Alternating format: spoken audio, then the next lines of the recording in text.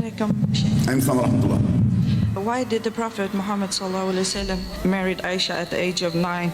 And can one use this example to marry young girls? So let's answer this question. It's a good question, and it's an easy question. Now the why of it, nobody knows except Allah. Because the Prophet ﷺ never married any woman except it came to him from wahi. What does it mean? What is wahi? The Prophet ﷺ never went around looking at women and select this one or select that one or say, yo, check this out. Tell that girl I like to marry him or marry her. No. No, Allah subhanahu wa ta'ala mentioned in the Quran, the messenger of Allah ﷺ never spoke anything from himself, but whatsoever he heard from wahi, this is what he did. Now we know that the Prophet ﷺ is a man like everybody else, but Allah subdued his nafs. Allah subdued his nafs with wahi, revelation. So he was guided by Allah. He was accompanied by Jibreel alayhi salam. His nafs never came up above the revelation.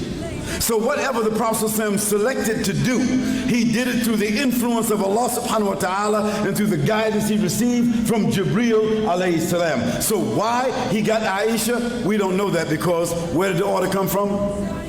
The non-Muslim who's not able to understand or to recognize, they between the sky and the earth, they suspended because what? They're ignorant, they don't know. They don't understand the premise of revelation, so they can't appreciate that. But those who can appreciate revelation understand that prophets, alayhimus salam, were ordered to do things that we don't understand, that we call mu'ajiza. We call it miracle, phenomena, because it came from God. So Allah selected Aisha for the Prophet ﷺ. That's number one. And when the Prophet ﷺ realized that Allah inclined him towards Aisha, who was Aisha radiallahu anha? She was the daughter of Abu Bakr radiallahu anhu. Abu Bakr as-Siddiq radiallahu anhu. And who was Abu Bakr as-Siddiq? Abu Bakr as-Siddiq, he was a well-known man in Mecca, right? Well-known, honest. He was an aristocrat, a very influential man. He was the supporter of the Prophet ﷺ. He was a companion of the Prophet ﷺ. And Aisha was his daughter. So one day the Prophet ﷺ said to him, from the inclination he got from Allah subhanahu wa ta'ala, he says, Abu Bakr, he says, do you love me? Abu Bakr said, Ya Rasulullah, I sacrificed my mother and my family for you. He said, then I would like to ask you for your daughter in marriage. This is very common among the Arabs. Don't think about Norway, don't think about Europe, don't think about China, don't think about America, you think about the Arabs. The Arabs at that time, it was urf. It was part of their urf. It was very normal for them to ask for the daughter of a man when she was 9 or 10, so that that daughter could come and move with the family. Not sleep with him, but come and move with that family so he could observe her, she could observe him. So by the time she got to the age where she could have sexual relationships and have children and intimacy, they would have already built a bond. Do you understand that? Do you understand that? So the Prophet ﷺ, he didn't sneak around someplace and get her phone number. He didn't try to meet with her somewhere. He wasn't eyeballing her. He was not desiring her. This was his best friend. And who was Abu Bakr?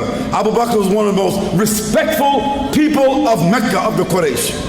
So if some crazy, foolish, ignorant, corrupt, hating people wants to call the Prophet ﷺ a pedophile, na'udhu billah, then that means that, this means that the mother of Aisha, the father of Aisha, Abu Bakr radiallahu anhu, and Hani, I forget his wife's name, that means they would have had to facilitate the Prophet ﷺ in doing a pedophile relationship. Would that be correct? Could two respectful parents, could they have been guilty of something like that? Could Allah subhanahu wa ta'ala have inspired the Prophet ﷺ, but somehow or another he fell out of inspiration and he did something like that? No, that could not be the answer. The answer had to be something different. So the Prophet ﷺ could not have been asking to do something that was abnormal. It had to be something that was normal. Now let us look at the fruit that came from the tree so we can understand it. Who was Aisha radiallahu anha? She's the woman that memorized the Quran. When the Quran was revealed, when the last ayats of the Quran, the last 6,636 ayats were revealed, 3 months later, Aisha had memorized the whole Quran. Think about that. Secondly, let's look at Aisha radiallahu anha. Aisha radiallahu anha, because she lived with the Prophet sallallahu alaihi wasallam. She saw him, she understood him intimately, clearly. Her mind was bright, and she was a powerful young girl, a very aggressive young girl. Powerful, aggressive, and deep and intelligent. Memorized the whole Quran. And guess what? She was holding with her when the Prophet ﷺ passed away at least 2,600 ahadiths that nobody else knew. And that's why after Abu Huraira radiallahu anha, nobody related to us more hadiths than Aisha radiallahu anha. So when you look at the product, when a girl is raped, when a girl is molested, when a girl has been involved in some pedophile type relationship, she becomes dysfunctional. She becomes, something different. She doesn't know herself. She becomes guilty. She becomes dirty. She becomes dysfunctional. And you see the result of it throughout her life. Is that correct or not? No, not our mother Aisha radiallahu anha. She was the teacher of 72 of the companions of the Prophet ﷺ. She was their teacher, our mother. And when the Prophet ﷺ passed away, she was only 18 years old, which means she only was married to the Prophet ﷺ and lived with him 9 years. And when she died, she was a mother of the believers. Is that correct or not? Is that right or not? So that means nobody could marry their mother. So from 18 years old until she was 73 years old, she lived by herself teaching.